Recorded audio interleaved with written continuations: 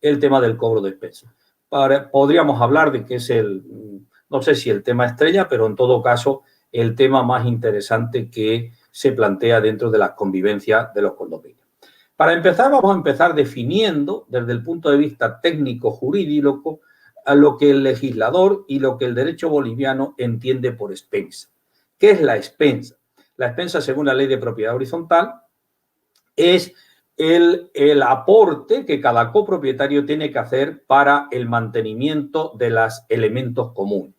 Cuando alguien compra en un departamento en propiedad horizontal o una casa en una urbanización, en definitiva, cuando uno adquiere la propiedad en propiedad horizontal, uno está comprando varias cosas. No solo compra su departamento o su casa, sino que está comprando, pues, además de todo eso, elementos comunes y FIT. Compra tres cosas, que son los elementos exclusivos, que es su casa, los elementos comunes y el FIT, que es la fracción ideal de terreno, que es en el caso de que desapareciera la casa o desapareciera el edificio, quedaría el porcentaje de terreno.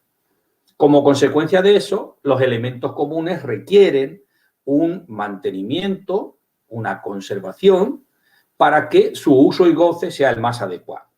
Este mantenimiento y conservación para el uso y el goce implica el pago de expensas, que es el sostenimiento de este. Por tanto, cuando estamos pagando una expensa, lo que estamos es contribuyendo al mantenimiento de nuestro patrimonio. Quiere decirse que, como ya dijimos en el día anterior, el no pagar, el moroso, es un insolidario de la propiedad, porque está pagando, o sea, mejor dicho, está dejando de pagar con su morosidad o con su deuda un bien que también es suyo. Es decir, por eso hablábamos de insolidario, incluso hablábamos de derecho fundamental a vivienda. Lo que quiere decirse que esa es la relevancia real. Si ahora le sumamos que el propio legislador le dio una importancia trascendental hasta el extremo de que la expensa, que es el derecho económico, determina el derecho político. No son dos derechos independientes. El derecho a tener la propiedad al uso y el goce, que es un derecho económico, con el derecho a toma de decisiones y al voto, que es un derecho político. La esencia de la expensa es que el legislador le dio más importancia al título de propiedad que al derecho político. De tal modo y manera que nos dice que la expensa es proporcional a la cantidad que uno tiene. Pero a su vez, la expensa es proporcional a la cantidad de título que tengo de elemento común y a su vez genera el voto en esa misma cantidad. Si bien el legislador lo hizo de una manera, lo que llamaríamos un término jurídicamente indeterminado, porque dice que el voto será proporcional al valor del bien exclusivo, eso técnicamente, jurídicamente determinado, porque está dando algunos conflictos de a qué se entiende por valor, qué valor es el que computa mi expensa, el del catastro, el del mercado, el de compraventa, el de un avalúo. Bueno, para evitar todo ese conflicto hemos llegado a una solución, si bien no es una solución que el legislador la pone como técnica, sí es una legislación práctica y de justicia, que es que la expensa esté proporcionada a los metros cuadrados o a la proporción de mis metros cuadrados en función de todos los metros comunes. Es una proporción que ya explicaremos en el curso en su momento. Por tanto, la expensa tiene una relevancia fundamental porque tiene relevancia económica en cuanto a la participación y una relevancia política en cuanto a la toma de decisión. Pero por si fuera poca esa relevancia, por eso digo la expensa, ¿qué es? La expensa va a determinar el derecho político, incluso, aun no diciéndolo a ley, sí autorizan reglamentos a que el moroso, el deudor, el insolidario, no tenga derecho político. Es posible, y así se registra en derechos reales sin ningún tipo de dificultad, que los estatutos recojan esta cuestión y se hagan eco de la relevancia que el legislador le dio al problema económico, preservando ¿el qué? El título propietario. No olvidemos que la copropiedad también es una propiedad. Es decir, no es que los elementos comunes no sean míos, sino que los elementos comunes son proporcionalmente de cada propietario. ¿En qué proporción, valga la redundancia? En aquella que tenga sus metros exclusivos. Por tanto, el derecho que yo voy a tener a voto no va a ser exactamente todos igual, sino van a ser los que determine mi título exclusivo. Es decir, la expensa va en cuantía y en derecho en función de la proporción que tenga. Esto es una cuestión muy importante porque suele ser un conflicto. Incluso hay estatutos que dicen que cada departamento es un voto, cosa que va contra la ley. Esta también es un elemento esencial distintivo de aquellos otros reglamentos relacionados con asociaciones, etcétera, donde el derecho político es fundamental y es todos igual. En el caso de los condominios no son todos los votos iguales, son todos los votos proporcionales al valor, porque se genera y se prioriza el derecho propietario y se prioriza la cantidad de derecho económico. En la misma línea, una vez que ya sabemos qué son las expensas, vamos a ver, bueno, qué son y para qué sirven, vamos a ver quién puede cobrar expensas. El famoso conflicto de la morosidad que a partir de todo lo relacionado con la pandemia se ha aumentado, incluso se ha puesto en algún caso agudo, incluso generando, que es otra cuestión que vamos a ver luego después cuando veamos las funciones, las expensas han generado una falta de paz social. Es decir, el moroso insolidario genera una falta de paz social en el condominio y esa falta de paz social genera un deterioro de relaciones humanas. El deterioro de las relaciones humanas, que no genera paz social, genera un deterioro del edificio en sus elementos comunes o incluso en la propia conducta y convivencia que va a repercutir de manera fundamental en el alquiler, en la venta, en las expectativas, en las plusvalías, en la obsolescencia del edificio, o sea, en múltiples cuestiones que van a estar determinadas en el origen, van a ser la causa del conflicto o la causa de la no paz social, va a ser en definitiva el tema de cobro de expensas, que es un tema económico que va a repercutir en el derecho político. Imagínense la poca paz social que hay cuando hay una abundancia de morosos, 37-40% de morosidad, y la toma de decisiones no se hace porque no hay economía o porque eso va a generar un deterioro más grande en las relaciones.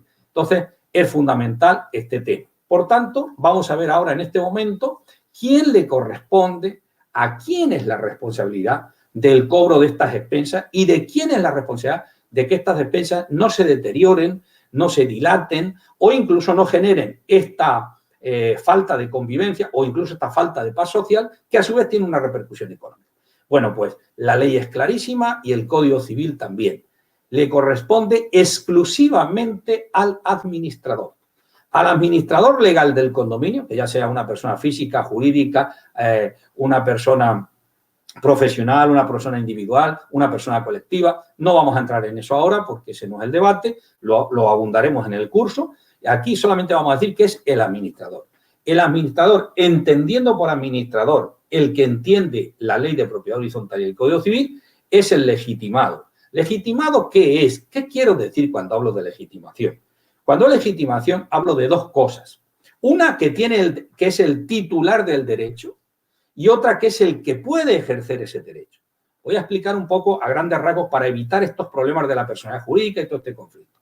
¿Quién tiene el derecho? El titular de un derecho es aquel que tiene el poder jurídico sobre una cosa. El poder jurídico sobre esa cosa la tiene el administrador ex lege, por ley. ¿Y quién ejerce el poder? Aquel que tiene capacidad para ejercerlo. El administrador, por la ley, se le da la capacidad de ejercicio del derecho. Por tanto, es titular del derecho y puede ejercer el derecho. La suma de la titularidad más la capacidad nos da la legitimación.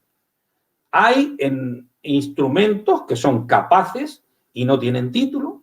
Hay instrumentos que tienen título y no son capaces. Voy a poner algún par de ejemplos para que lo veamos claro, sin ningún tipo de problema. El típico titular que no tiene capacidad es un menor de edad. Un menor de edad es titular de sus derechos, pero no los puede ejercer. Tiene que ejercerlo a través de su representante legal. Por tanto, la legitimación la tiene el representante legal y no otro. Un representante de una empresa, si no tiene el título inscrito en el fondo de empresas, tampoco. Por tanto, esa es la diferencia. Se puede dar el caso al revés. de que tenga capacidad y no tenga título. Es decir, en el caso del padre, el padre tiene capacidad, pero no puede enajenar determinados bienes que son del menor hasta que no actúe el fiscal o el juzgado. Pasando a este campo, vamos a deslindar también por qué digo el administrador y no entro en la personalidad jurídica. La personalidad jurídica no afecta al problema de la reclamación de expensas. Es más, yo entiendo que demandar con una persona jurídica ajena al administrador tiene excepción de falta de legitimación, porque no tiene el título, ni puede ejercer, de hecho, pero no tiene título. Exclusivamente el título le tienen los administradores. El derecho boliviano, hay múltiples figuras en las que tenemos organizaciones que no tienen personalidad jurídica, pero sí tienen derecho. Por ejemplo, una sociedad accidental no tiene personalidad jurídica, pero sí tiene derecho. Por ejemplo, un copropietario del artículo 158 del Código Civil no tiene personalidad jurídica, pero sí tiene derecho. Por ejemplo, una herencia indivisa tiene derechos y obligaciones, pero no tiene personalidad jurídica. Bueno, pues exactamente igual es la asociación de copropietarios. La asociación de copropietarios es el instituto jurídico que se regula del artículo 184 al 200, no tiene personalidad jurídica, pero tiene derechos y obligaciones y tiene legitimación. La legitimación es el título, que dicho es el poder jurídico sobre la cosa, es decir, el título es el poder jurídico sobre los elementos comunes, título de propiedad, y tiene la capacidad y el ejercicio del título, el administrador, que dice la ley, el administrador será el legitimado activo para reclamar y el pasivo para ser reclamado.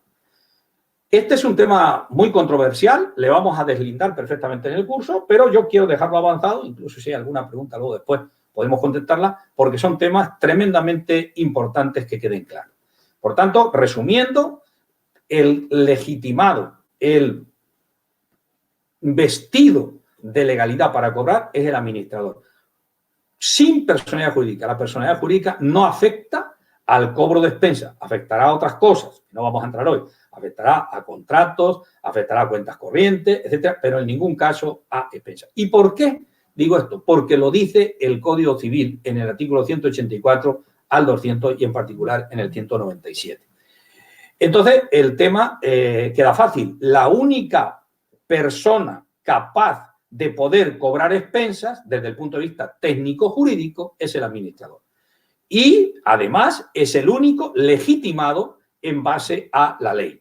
Esto es importante porque la legitimación al administrador no le viene por un contrato, no le viene por un poder, no, le viene por la ley y le viene por el nombramiento en asamblea. El nombramiento en asamblea.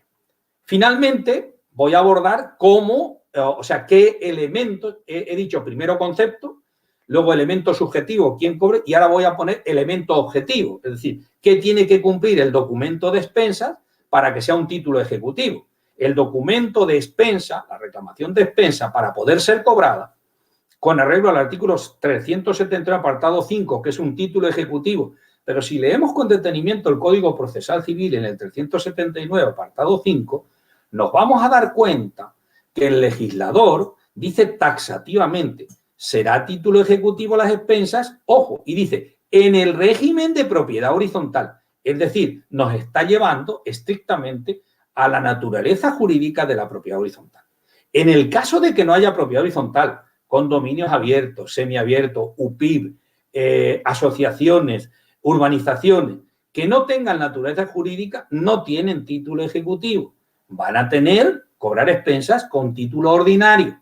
Por tanto, vamos a ver ahora, para que el título ejecutivo sea o el título ordinario, ¿qué tenemos que reunir? ¿En función de qué? En función de que la expensa es de naturaleza jurídica una obligación, que no un deber. Distinguiremos que la expensa, por ser obligación, tiene instrumentos coactivos de cumplimiento. Si fuera un deber, no, pero es una obligación. Y es una obligación inter pares, es decir, es la obligación del mantenimiento de la cosa común. Pero la cosa común es porque soy titular, no es porque otra estructura, eso sería otra cuestión, sería usufructo, sería comodato, otra cuestión. En el caso que estamos hablando es título, es decir, es título hasta el extremo de que mi elemento común está reflejado en mi escritura de propiedad. Cuando yo en mi escritura de propiedad inscribo mi derecho, estoy escribiendo mi derecho exclusivo, mi parte cuota de derecho común y mi FIT. Estoy escribiendo las tres cosas. Por tanto, las tres cosas van a ser objeto de derecho propietario, lo cual va a implicar que la expensa, que es la obligación de mantener, va a ser una obligación relacionada con el título de propiedad.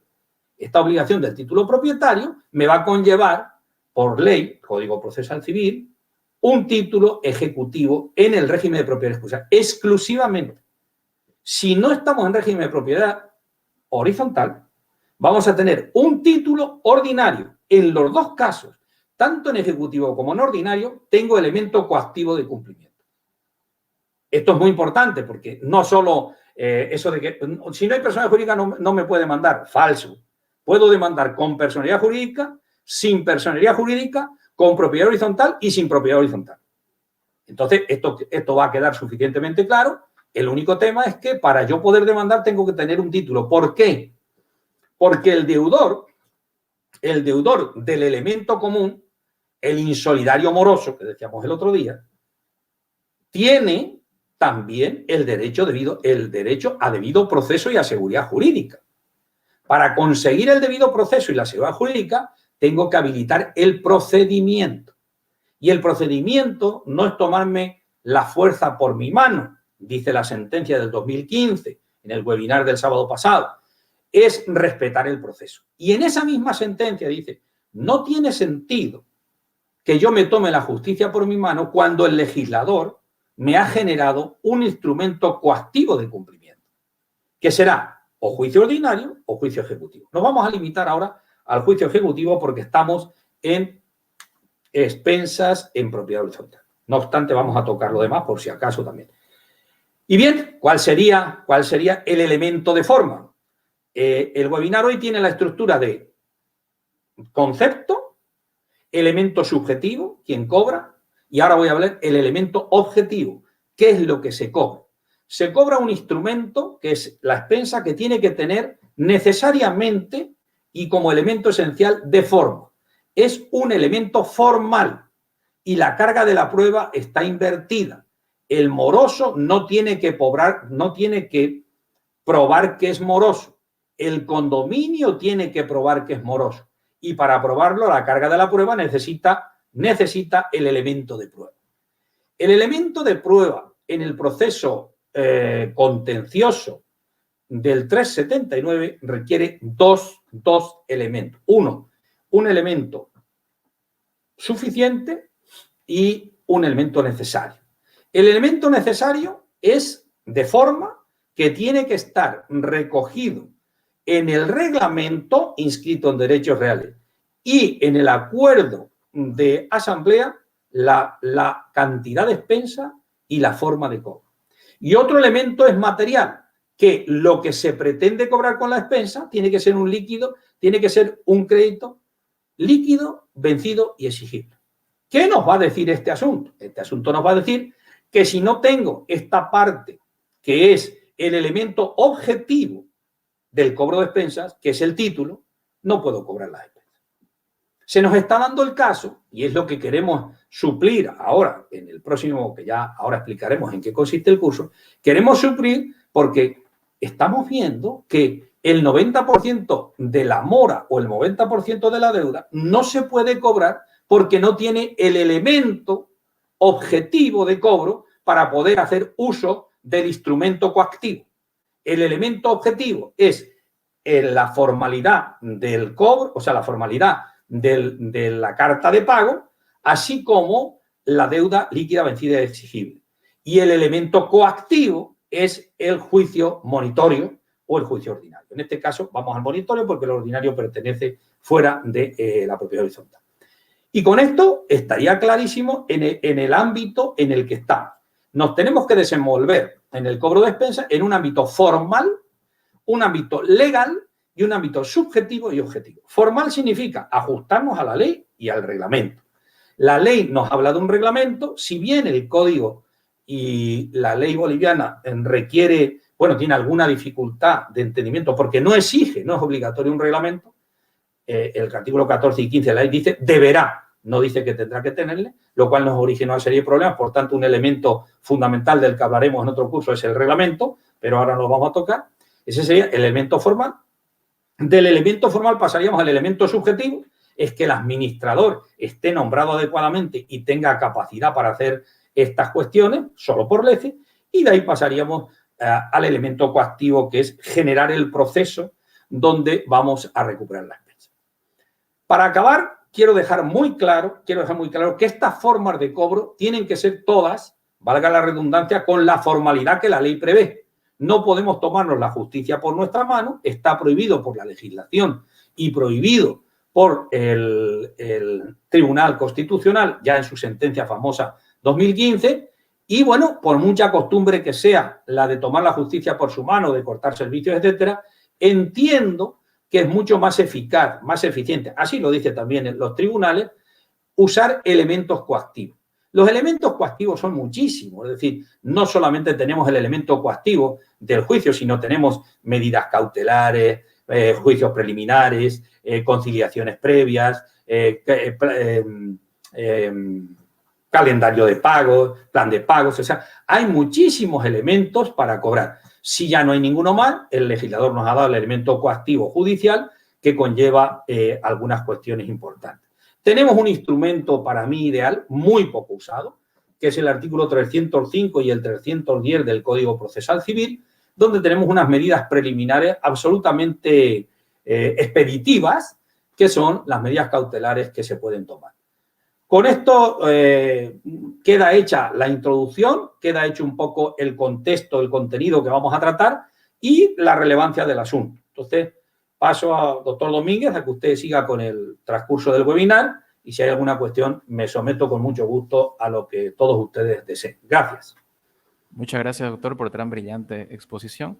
De igual manera, invitamos a todas las personas que están siguiéndonos en la transmisión por Facebook que si tienen alguna pregunta, las deje en el buzón de comentarios del webinar y el doctor más adelante las estará respondiendo.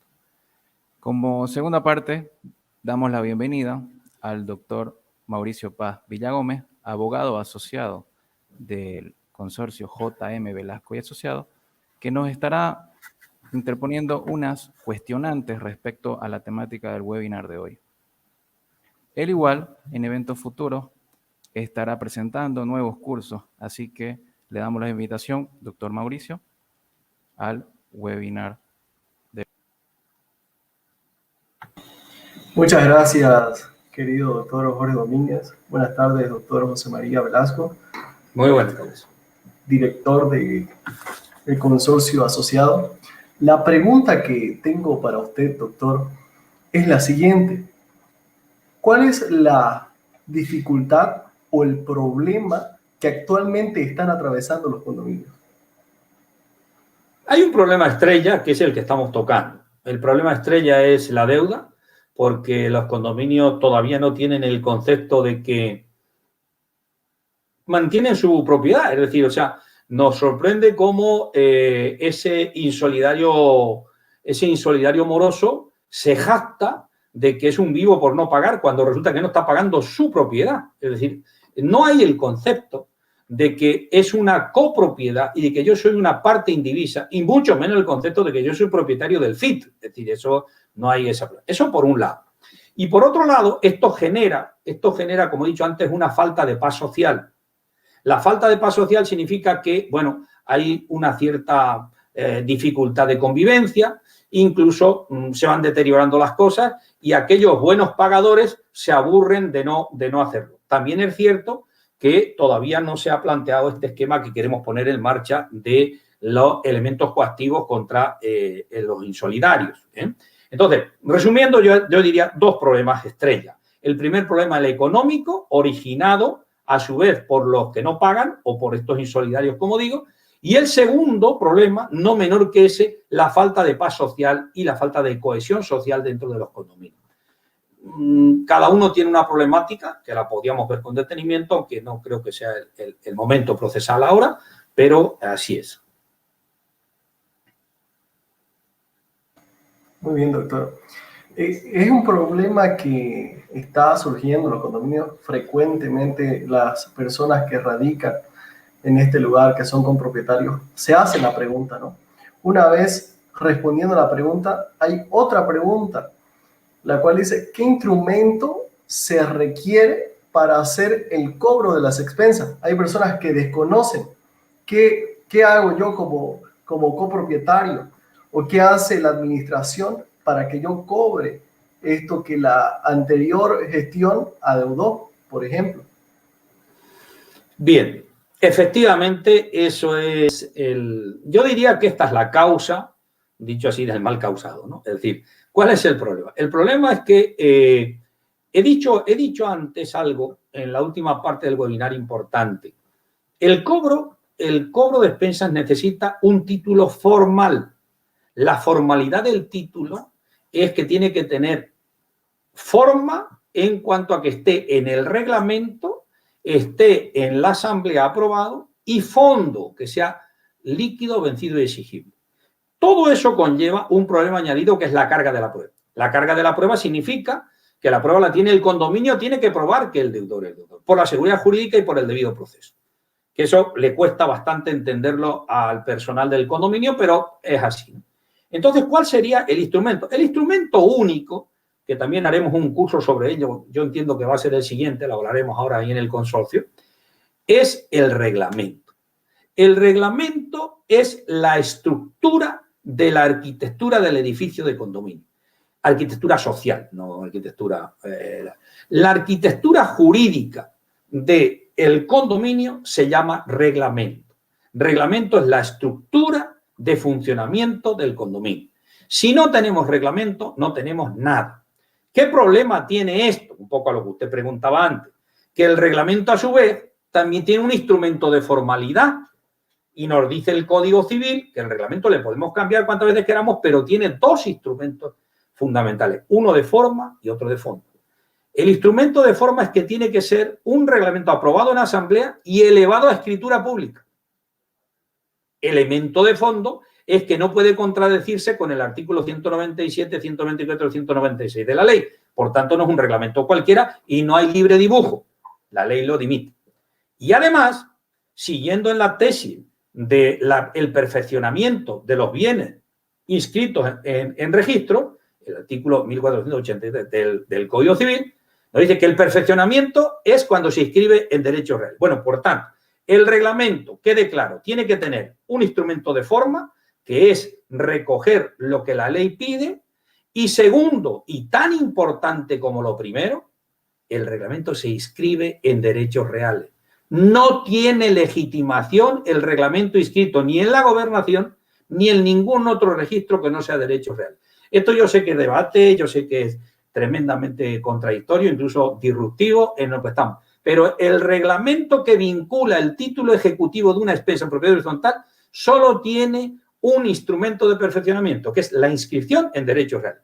Y podemos cambiar el reglamento cuantas veces queramos con arreglo a la ley, pero tiene un problema formal. ¿Qué sucede uniendo lo que hemos dicho antes con lo que usted pregunta ahora, doctor?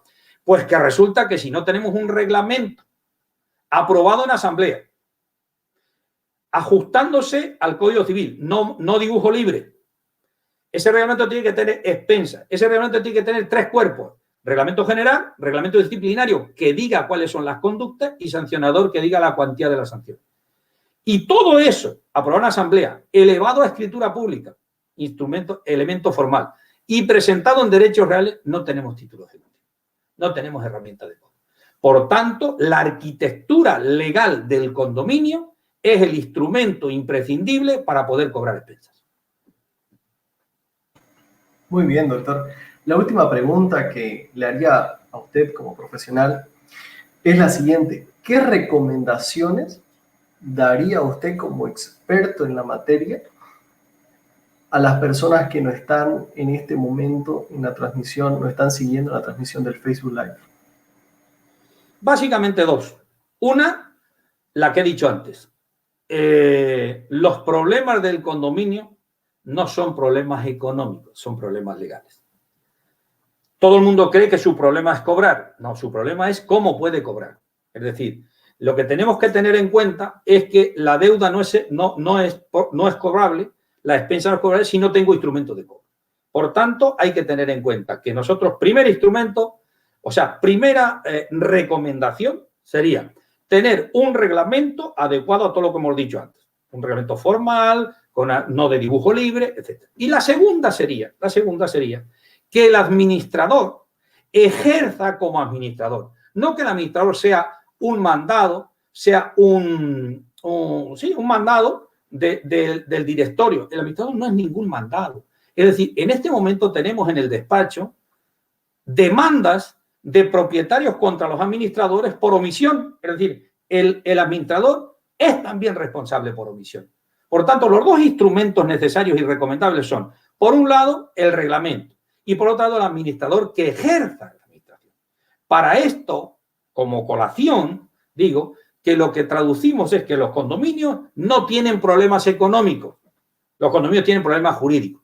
Los condominios que tienen morosidad, los condominios que tienen problemas de convivencia, los condominios que tienen problemas de servicios, los condominios que tienen problemas de administración, lo que tienen es de raíz un problema legal, para lo cual recomendamos, como cuestión ya como corolario a todo lo que hemos dicho, que los condominios entendemos que tendrían que tener servicios jurídicos de asesoramiento permanente en sus temas internos, porque los negocios que hace un individuo, ya lo he dicho muchas veces y lo voy a decir siempre, el negocio jurídico económico más importante del 90% del personal que compra un departamento es esa compra y ese negocio jurídico. Gracias, doctor. Queda muy claro la respuesta. Agradecemos al doctor Mauricio por las cuestionantes que interpuso al doctor. Seguidamente, doctor, tenemos preguntas que nos han dejado las personas que están siguiendo la transmisión. Agradecer igual sus buenos comentarios. Le mandan saludos igual, doctor. Tenemos una pregunta que va a estar en pantalla del señor Andrés López Bacaflor. La cuestionante es la siguiente. ¿Se debe aplicar las sanciones a los departamentos en mora que tienen inquilinos que pagaron al día desde que ingresaron, pero el departamento sigue en mora y debe más de 10.000 bolivianos? La ley es clara. El deudor de la mora no es el inquilino. El deudor de la mora es el titular del bien. Y además lo dice así, el titular. He dicho antes, ¿qué es el titular? El titular se acuerda, como he dicho, que es el que tiene el derecho y la obligación, el que tiene el poder jurídico sobre el bien, que no es el inquilino. Por tanto, si debe el inquilino o debe el propietario, o el propietario antes del inquilino debe y el inquilino paga al día, se le puede perfectamente cobrar. Y en todo caso, aunque el propietario no pagara, el deudor de la legitimación pasiva la tiene el propietario, con inquilino y sin inquilino. Por tanto, sí que se puede reclamar, con una cuestión importante. No nos dejamos que pasen los dos años para la prescripción e interrumpir la prescripción para poder cobrar en cada caso. Muchas gracias, doctor. De igual manera, tenemos una segunda pregunta. Esta nos la hace el señor Carlos Alberto Saavedra. Buenas tardes, doctor. Mi pregunta es si la asamblea puede nombrar a un copropietario como administrador. Sí, perfectamente. Dice la ley, el administrador será una persona individual, una persona colectiva, una persona jurídica o una persona física, que podrá ser propietario o no propietario. Incluso si no hubiera posibilidad de acordar entre la asamblea, porque no hubiera quórum o tal, se habla de que un propietario puede ir al juez y el juez puede nombrar directamente, bueno, no puede. En el caso de que sea el juez siempre va a nombrar a un propietario. Puede ser un propietario perfectamente, si bien, comentario que hago yo aparte ahora, si bien no considero oportuno que alguien propietario no profesional administre un condominio. Estoy a favor de los administradores profesionales y no solo eso, sino creo que es una necesidad que un profesional administre un condominio por la dificultad legal que tiene, habida cuenta de lo que estamos viendo. Muchas gracias, doctor. De igual manera, tenemos una tercera pregunta muy buena de la señora Marcela Arévalo de la Cerda.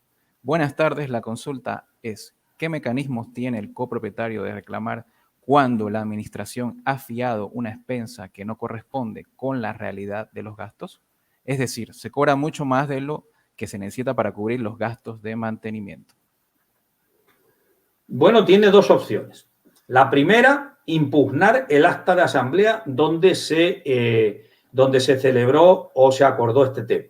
La impugnación debe estar acompañada del razonamiento y la carga de la prueba de que las expensas son demasías.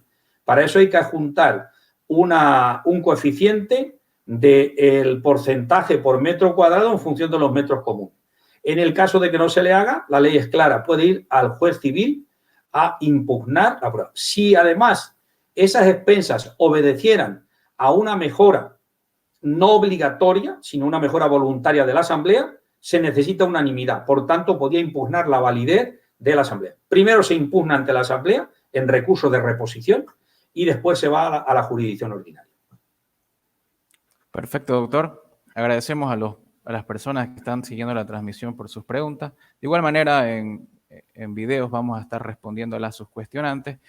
De igual manera, queremos darle la invitación a un nuevo curso que la firma JM Velasco y Asociados va a dar en fecha 3, 4 y 5 de agosto. El curso tiene como temática el cobro de expensas y recuperación de morosidad en condominio. Querido doctor, quiero que le dé la invitación a todas las personas que quieran participar en este curso y por qué también esas personas tienen que estar participando del mismo. Bien, el curso es sumamente importante y más que importante es práctico. Es decir, le vamos a dar soluciones. Estas preguntas que han hecho, bueno, pues es una contestación muy rápida, evidentemente, pero el curso va a estar con un componente práctico fundamental. No ya va a ser un curso tan teórico, sino más práctico. Y además va a ser un curso en el que les vamos a acompañar a todos ustedes en aquellos casos concretos que tengan y les vamos a dar los instrumentos legales. Es decir, vamos a dar lo que es todo el funcionamiento, lo que son los instrumentos necesarios. Incluso vamos a hacer de manera operativa cómo se hacen los procesos, tanto el proceso voluntario, el proceso precontencioso, los procesos paralelos, procesos contenciosos y procesos cautelares. Esta va a ser, recomiendo vivamente el curso, me parece un curso muy importante y sobre todo para que veamos realmente si estamos en posición de cobrar o lo que hay que hacer es hacer una reestructuración y cobrar.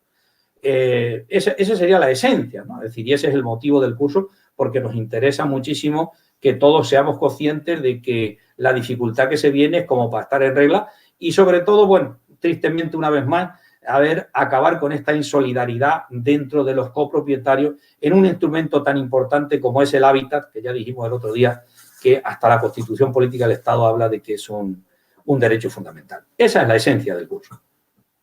Muchas gracias, doctor. De igual manera, para todas las personas que nos están siguiendo en la transmisión, vamos a publicar en nuestras redes sociales la temática y el tema del curso que se va a desarrollar el 3, 4 y 5 de agosto. Agradecemos a todas las personas por seguir la transmisión. A usted, doctor, de igual manera, lo agradecemos por este segundo live webinar y los esperamos el próximo sábado con una nueva temática de live webinar. Gracias y será hasta la próxima. Gracias a todos.